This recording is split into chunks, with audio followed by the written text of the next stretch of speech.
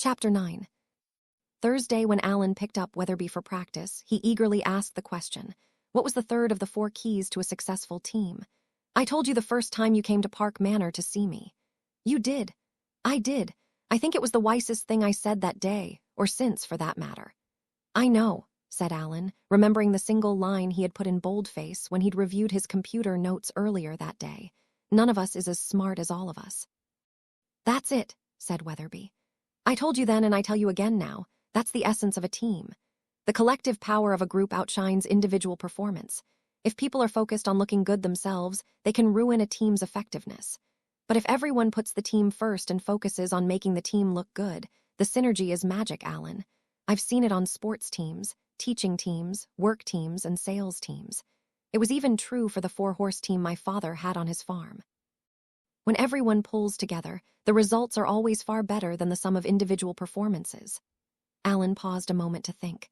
The sequence made sense. First, purpose to get people fired up. Then skills so they can contribute to achieving the purpose. And now, harmony, Alan decided. Synergetic harmony. That's what this third key was all about. He was about to make that observation to Weatherby when the sound of a gentle snore drifted from the passenger seat. As always, when the car's wheels ground to a halt on the gravel parking lot, Weatherby was instantly awake, out the door, and hustling up the ice arena walk. Alan managed to reach the door first and hold it open. So how do we convince the boys that none of us is as smart as all of us? It's all in the cards, Weatherby answered mysteriously. She reached into her purse and pulled out 6 packs of recipe cards. She handed them to Alan, saying, "Here, you hold the cards. No shuffling, though." Alan looked at the cards as they walked through the canteen toward the rink. Each of the 6 sets was the same 10 white cardboard index cards. Weatherby had numbered them with a heavy black marker in big numerals from 0 to 9. Alan wondered what they were for. Tell the boys to be sure they're decent. Today's practice begins in the locker room. You rush on ahead and warn them that I'm coming. It will take me a few minutes to get down there. Coaches and boys alike looked up with interest when Weatherby arrived. Important question. Who are the best at math here? She asked as she entered the room. Last report card. Line up by marks. Highest mark at the door. Lowest down by me at the far end of the room. The boys began comparing math marks and were soon in line, as ordered. All 15 members of the team were at practice, and Weatherby divided them into the top 8 and the bottom 7. Then she had Alan give a pack of cards to each of the top 3 math students and a pack each to the bottom 3. No fair, said Taylor, who was in the bottom group. They get the 3 best, and we...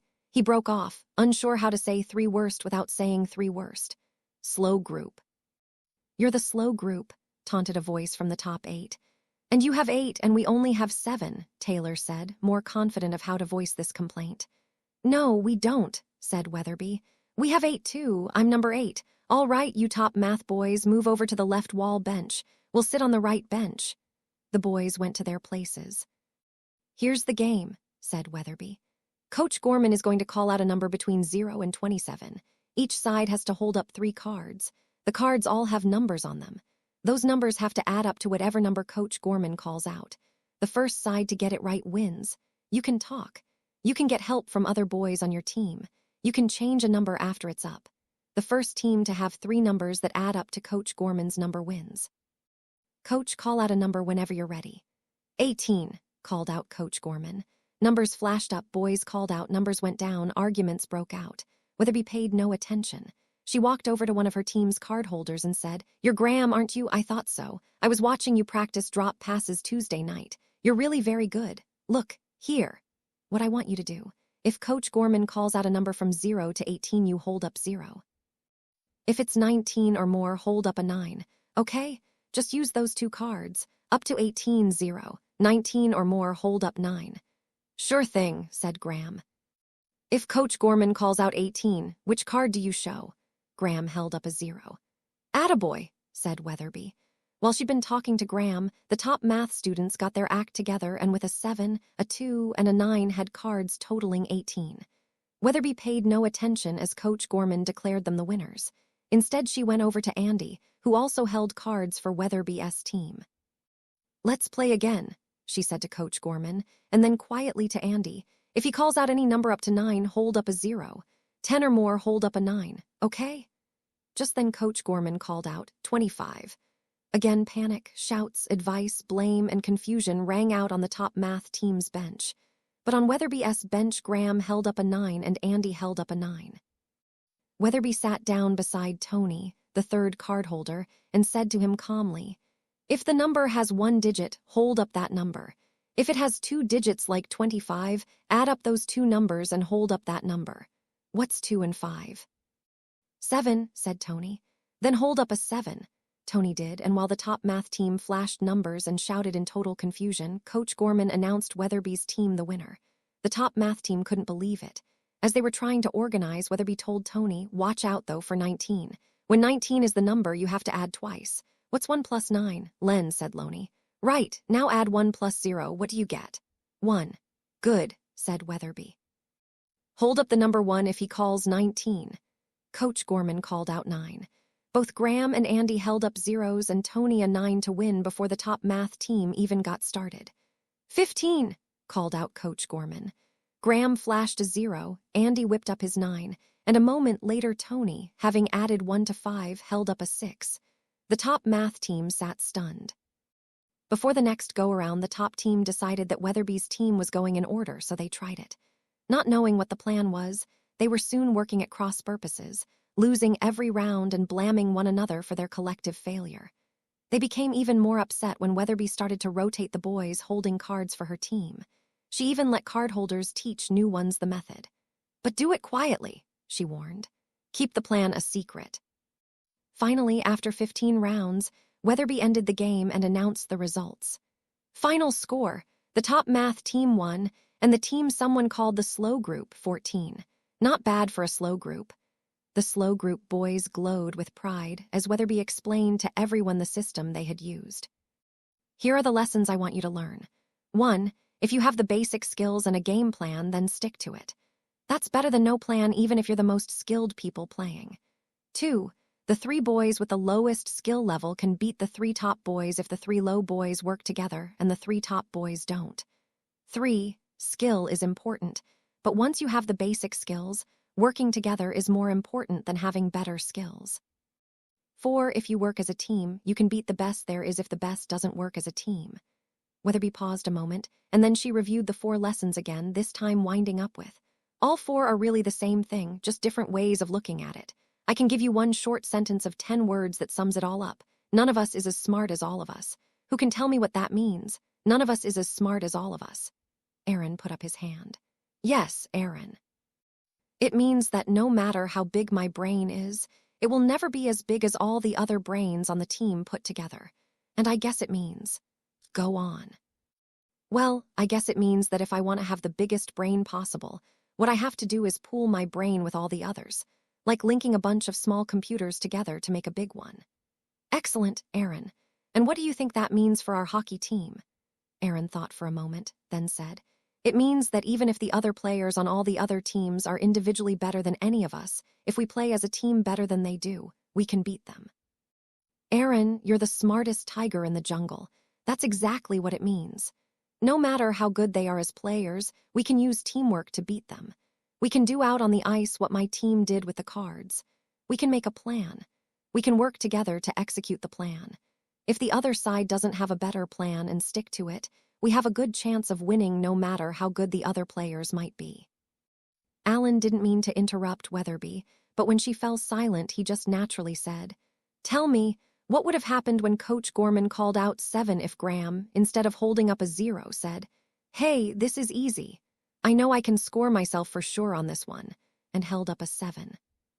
"He'd have got it right, but the team would have got it wrong," said Jerry, who had been one of the card holders on the top math team. "Right," said Alan. "Graham might have got the answer right, we could say that he scored, but the team wouldn't have scored. Once you have a plan, you have to work it as a team. In hockey, if the plan says you're to pass and instead you shoot and score, the team gets your score. But what happens the next time? Probably you don't score, and the time after that and the time after that. Provided you have a good plan, the team will always score more often by sticking to the plan even if it means you yourself score less." "Coach Foster is right," said Weatherby. "Later on, after we've perfected following the plan, we'll talk about times you can make changes to the plan. Part of the plan of any great team is knowing when it's okay to change it because of circumstances or opportunity. But that's later. Now I suggest we get out there on the ice and start making plans to score lots of team goals. Weatherby's final words, "Let's get fired up, guys," were lost in the thundering chant of the boys heading up the ramp. Out on the ice, after the warm-up skate, Weatherby had one more surprise for the boys and the coaches. "Here, what I suggest," she said to the gathered team. "When you score a goal because of teamwork, that's like being top man on those human pyramids you see at the circus. The man at the top stays up there because of the people under him. And who deserves the most credit? The guys on the bottom, of course. They hold up everything. From now on, let's count goals differently. We'll use the new system at every game to choose the most valuable player. The player who scores a goal will get 1 personal point. The one who passes it to him, the person who gets the assist, will get 2 points. The player who passes it to the person with the assist will get 3 points."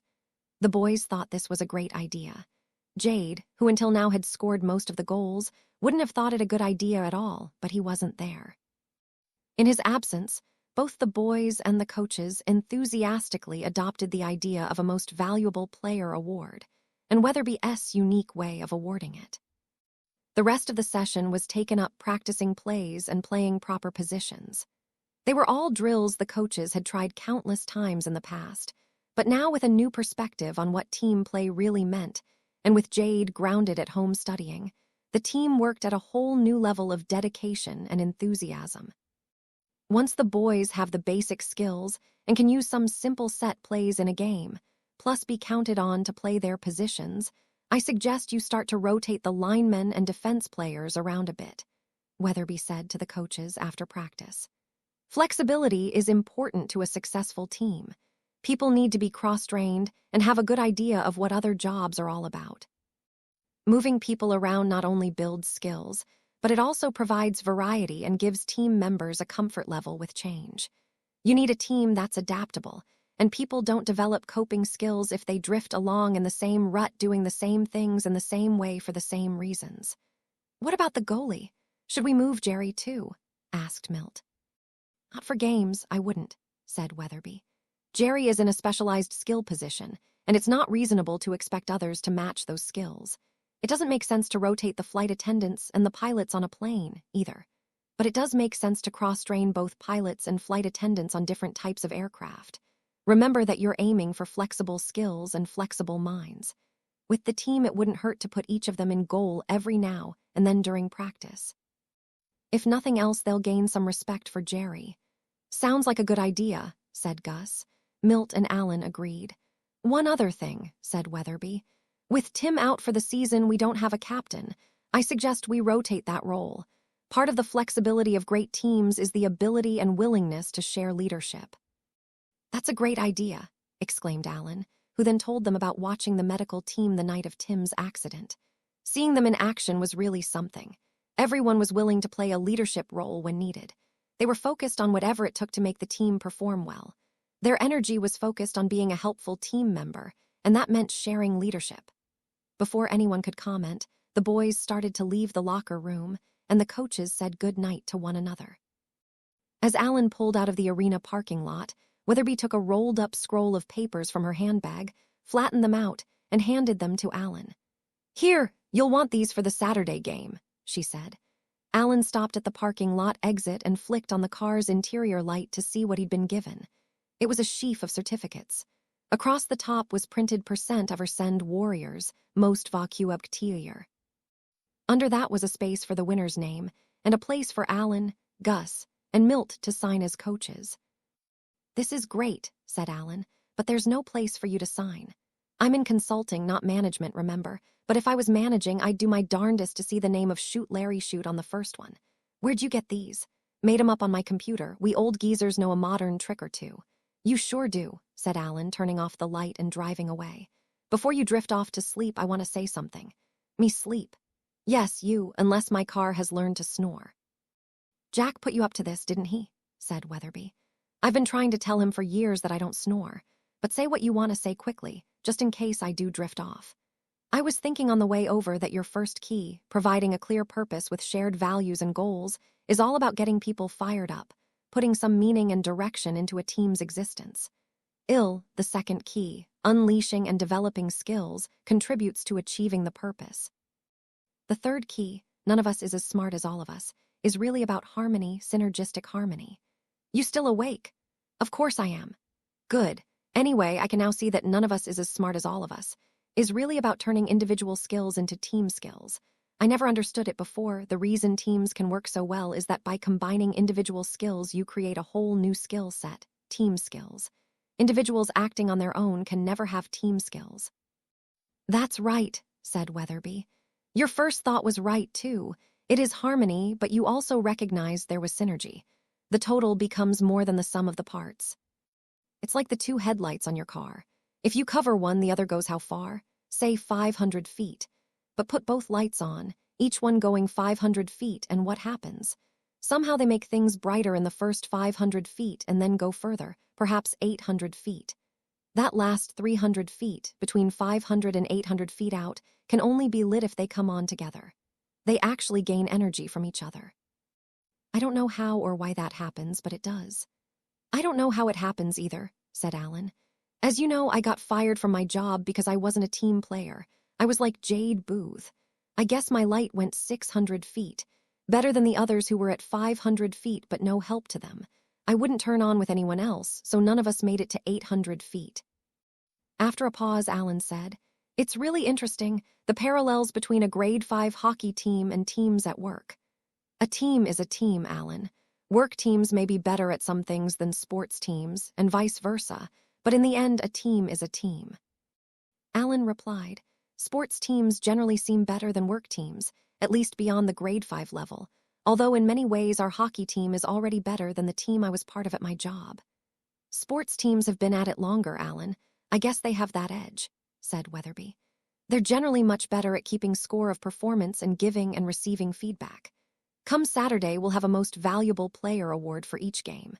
That gives the boys immediate feedback. Coaches don't wait for an annual sit-down with each player to go over goals and how they've done. Feedback is instant. Accountability is immediate. I guess coaches are tougher than bosses, but it didn't take our company president long to clear me from the bench. Toughness is only part of it, Alan. In sports, coaches are far more willing to invest in training and practice. You obviously had some great skills and you're bright. All you needed was the right wake-up call. A coach would never waste talent like yours. Nice of you to say, said Alan. It's true. Sports people are excited about training. When I was working with Jack in the business, I found many of our competitors were reluctant to train. They worried that their employees would get good, and then one of two things would happen. Either they'd have to pay more money or the employee would leave. What they didn't understand was that good employees were more productive, and so the company could afford to pay more. Seems obvious to me, said Alan. It is, and they knew it but didn't believe it. There's a difference between knowing and believing. The big problem, though, wasn't the money. What really scared them was that people would leave, and they'd have wasted all the money invested in training them. Sounds reasonable. It is until you understand the synergistic harmony we talked about earlier. Individual skills translate into team skills. Trained people take the team to new levels. That level becomes the norm. If a skilled player leaves, it can hurt the team, but the team will continue to function at a higher level than when it started. As the song says, you can't take that away from me. We're here, said Alan as he drove into the Park Manor home. You stayed awake the whole way. Only thing I like better than a snooze is talking, said Weatherby. So even if a knowledgeable person leaves, the organization or company keeps benefiting from his or her knowledge because it's been shared, said Alan. Shared, and the organization or team has learned to function at a higher level. That experience, that capacity, isn't lost when a key player leaves. It may be diminished, but it isn't lost. Alan cracked his door open, which turned on the car's interior light. Looking across at Weatherby, he said suspiciously, And you've learned all this from teaching high school basketball and helping Jack run Central Castings. Oh, that and a couple of other experiences, Weatherby said, opening her door. Come to the game Saturday? Asked Alan as he walked her to the door. Can't, but call me afterward with the score and pick me up for Tuesday practice. That night when Alan sat down at his computer to update his list of lessons learned, he found himself wondering what Weatherby had meant by a couple of other experiences. Curious, he turned to the internet in search of Lillian Weatherby. He discovered several old news stories concerning basketball championships and one written when she retired, nothing that would explain her remark. He was about to exit from the internet when he had an idea. He keyed in Lillian Gao and started to search. This time he hit the jackpot. Lillian Gao was listed as a past board member of the State Power Authority, a West Coast department store chain, a local bank, and a national airline. She had also served on the board of a steel industry association and a large parts manufacturer for the automobile industry. At first, Alan thought it must be another Lillian Gao. It wasn't, though. She had retired from her last board, the bank, 5 years before at 80. A news story quoting the chairman of the bank, John Christie, told the story. I discovered Lillian Gao in school. She taught me English. I wanted a woman on the board and did a big business with teachers, so I thought a teacher would be a good idea. When Lillian agreed to join, she proved herself at every meeting to be the best prepared board member I had. She was also very shrewd. One of our other board members was on the State Power Authority, and he got her on that board. Next, it was the department store chain, and it went from there. She might be famous now, but we had her first. Alan's first thought was to tell Weatherby what he'd discovered. His second was that he wouldn't mention it at all. If she wanted to tell him, she would. If she didn't want to, he'd respect that.